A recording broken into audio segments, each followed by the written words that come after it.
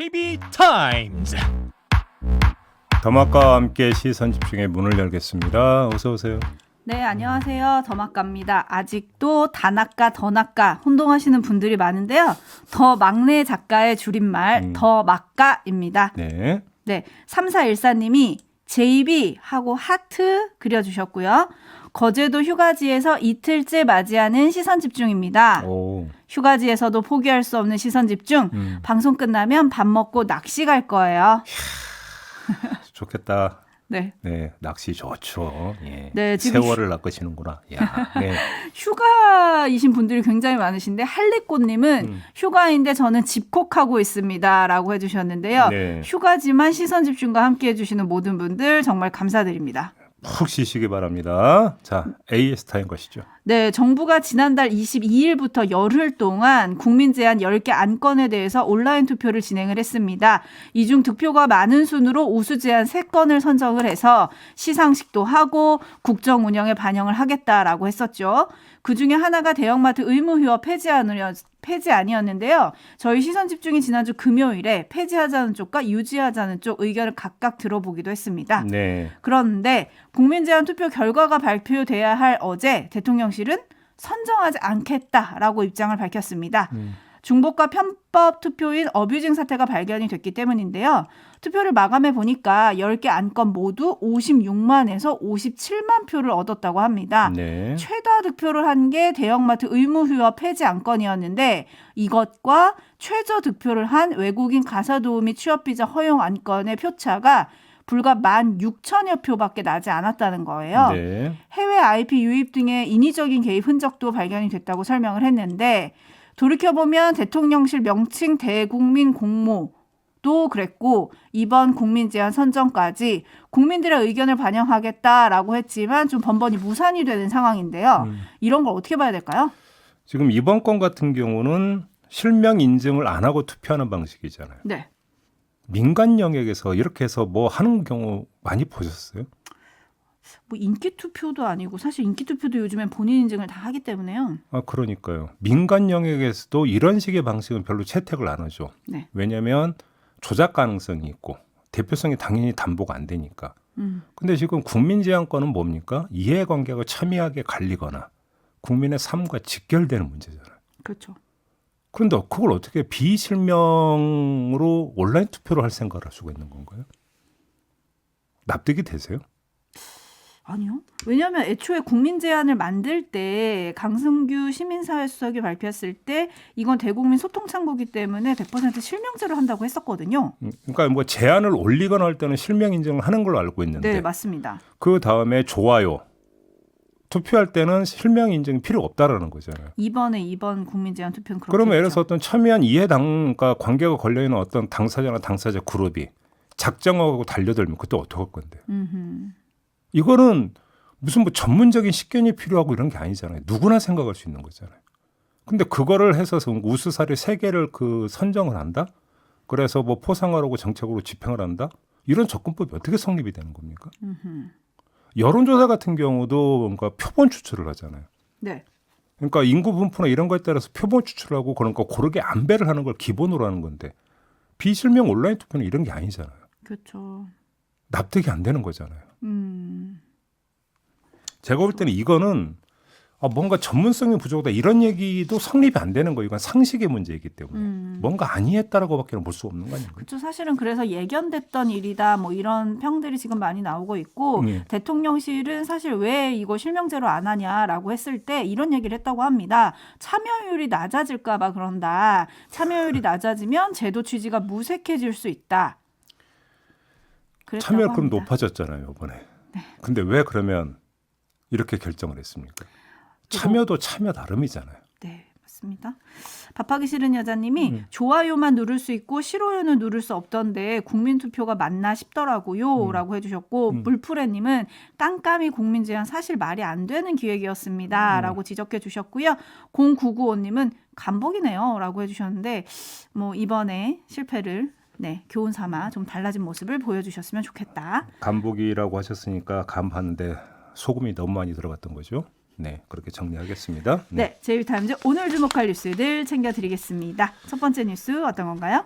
대통령실 핵심 관계자가 어제 이렇게 전했습니다. 윤석열 대통령이 서울에 머물면서 향후 전국 구상을 하며 산책을 하면서 휴식을 취할 것이다. 이렇게 전했거든요. 네. 그리고 나서 얼마 지나지 않아서 다시 나타났습니다. 오랜만에 푹 쉬시고 많이 주무시고 일 같은 것은 덜 하시고 한다. 대통령이 정말 푹 쉬고 있다. 이 점을 특별히 강조를 했습니다. 휴가니까 쉬는 건 당연하지 않습니까? 이거 네. 뭐 이렇게 강조를 할 일인가요? 그 다음 말을 들어야 되는 건데요. 그대로 전해드릴게요. 네. 관계자를 인용해 여러 억측이 나오고 대통령 휴가가 끝나면 뭐 할 거다. 어떤 생각을 하고 있다. 어떤 쇄신을 한다. 이런 이야기들이 굉장히 많이 나오는데 근거가 없는 것들이다. 대통령이 진짜 오랜만에 휴식을 취하고 재충전을 충분히 해서 다음 일할 준비를 하고 있다는 데 관심을 두고 그 외에 언론에서 하는 추측은 없었으면 좋겠다. 이렇게 당부를 했고요. 관계자 이야기로 부족해서 엉뚱한 이야기로 가지 않았나 다시 말씀드린다. 이렇게 제3강조를 했는데 네. 정리를 하면 윤석열 대통령이 휴가를 이용해서 전국 구상에 들어갔고 휴가에서 돌아온 뒤에 대통령실 개편이 있을 것이라는 추측성 보도가 있지 않았습니까? 네, 이걸 많았죠. 차단하고 나선 것이죠. 여기서 하나 눈여겨볼 게 도출이 됩니다. 뭔가요? 자, 이 말을 한 사람이 대통령실 핵심 관계자라고 제가 말씀을 드렸잖아요. 네. 근데 그러면 이 사람은 어떻게 하는 거죠? 대통령 그냥 지금 아무 생각 안 하고 푹 쉬고 있다. 그래서 돌아와서 뭐 인적쇄신한다는 거 아니다.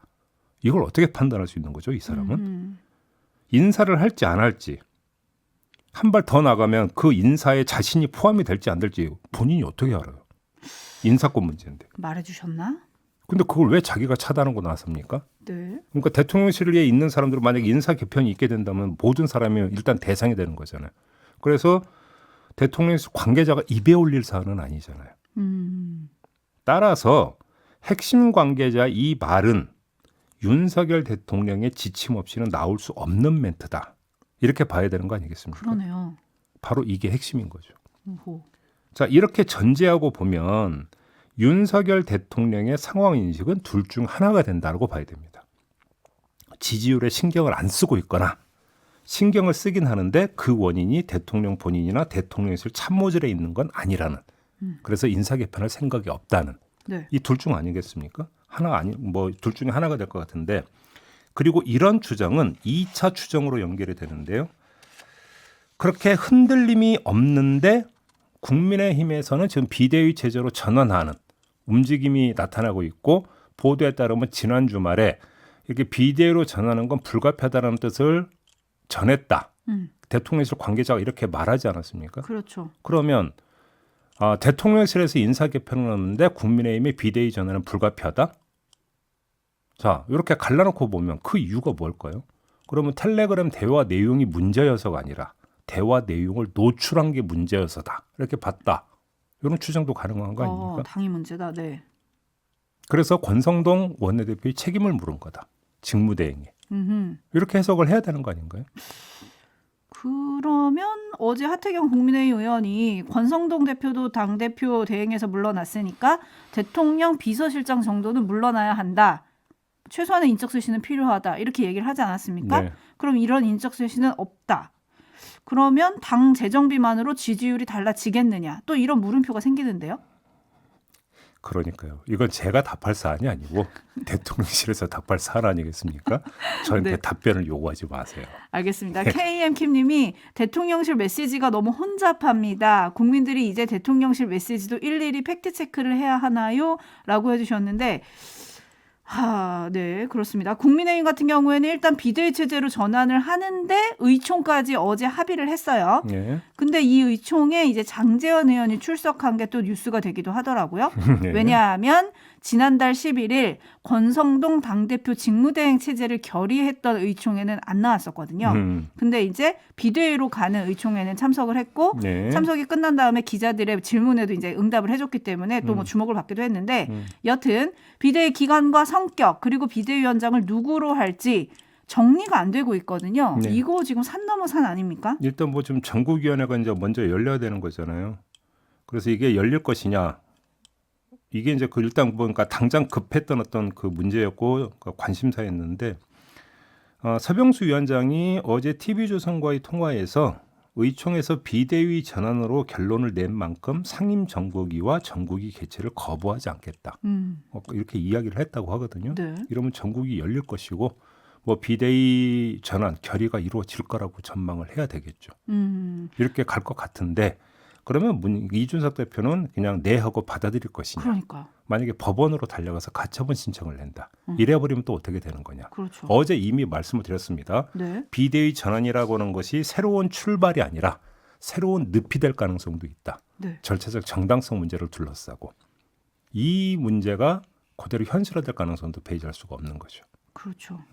그래도 이준석 대표가 어제 2개의 SNS를 올렸거든요. 고민이 많을 때는 당원 가입 하나 올렸고 또 하나는 사퇴 의사를 밝힌 최고위원들이 모여서 비공개 최고위를 한다는 뉴스에 대한 비판이 있었는데 오늘은 또 어떤 글을 올릴지 네. 좀 요것도 시선 집중해 보겠습니다. 그리고 자세한 내용은 잠시 후에 김재현 전 최고위원과 또 짚어보도록 하지요. 네. JB타임즈 다음 주목할 뉴스는 어떤 건가요?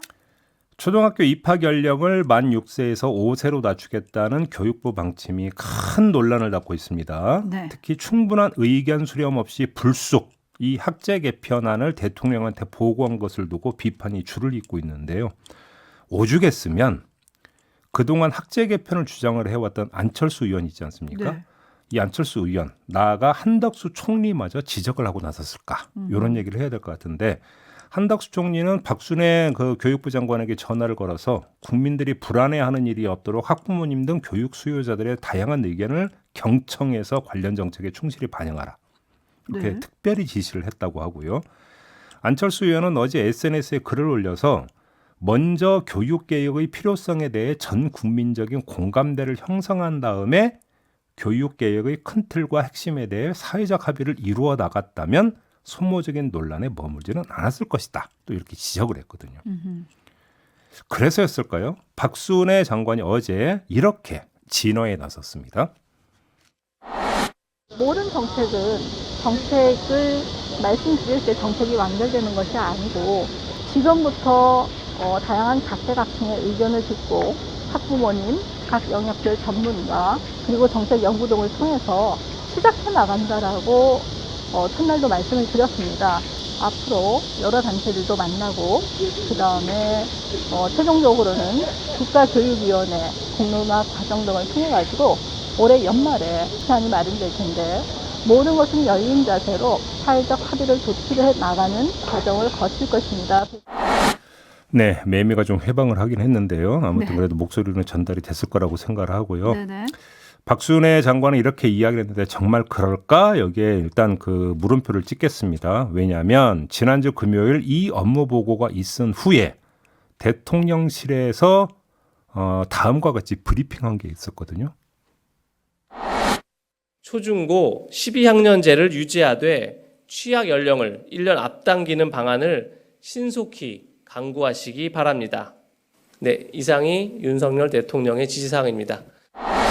네, 대통령의 지시사항은 신중히가 아니라 신속히였고요. 네. 경청이 아니라 강구였습니다. 오, 그러네요.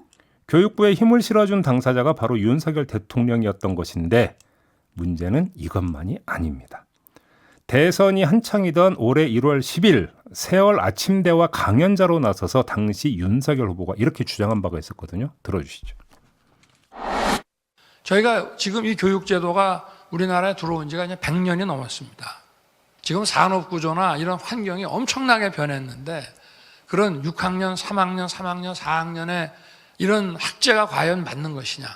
차기 정부 5년 동안은 향후 50년, 100년을 대비한 대대적인 교육개혁의 청사진은 반드시 만들어 놓고 퇴임할 생각입니다. 이런 코딩 교육이 지금보다 훨씬 많은 시간을 배정을 해서 디지털 인재를 시장과 기업에 많이 공급할 수 있는 것이냐 아니냐. 지금 온라인에 바다와 같이 널려있는 이런 정보들을 어떻게 끄집어내서 문제 해결에 사용할 수 있느냐 하는 노하우가 지금 지식 그 자체보다 더 중요한 세상이 됐습니다. 네, 6개월 전에 이 발언과 6개월 후에 업무보고 발언을 한번 비교를 해볼까요? 두 가지가 바뀌었습니다. 6개월 전에는 6334 12학년제에 대해서 비판적이었죠. 그러네요. 방금 들으셨죠? 네. 근데 대통령 업무 보고를 받고 나서는 12학년제는 유지를 전제로 해서 지시를 내렸습니다. 네. 바뀌었죠? 그다음에 5년 동안 고민한다더니 신속히 강구하는 걸로 또한 바뀌었습니다. 도대체 윤석열 정부의 진짜 스텝은 뭡니까?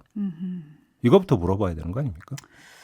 네, 지금 이 아이템을 전하면서 제이비가 큰 혼란이라고 얘기해 주셨는데 9132님 이건 뭐 절차적인 대책도 없이 그냥 툭 던져보기식인지 학부모들 정말 대혼돈입니다 라고 반응을 전해 주셨고요.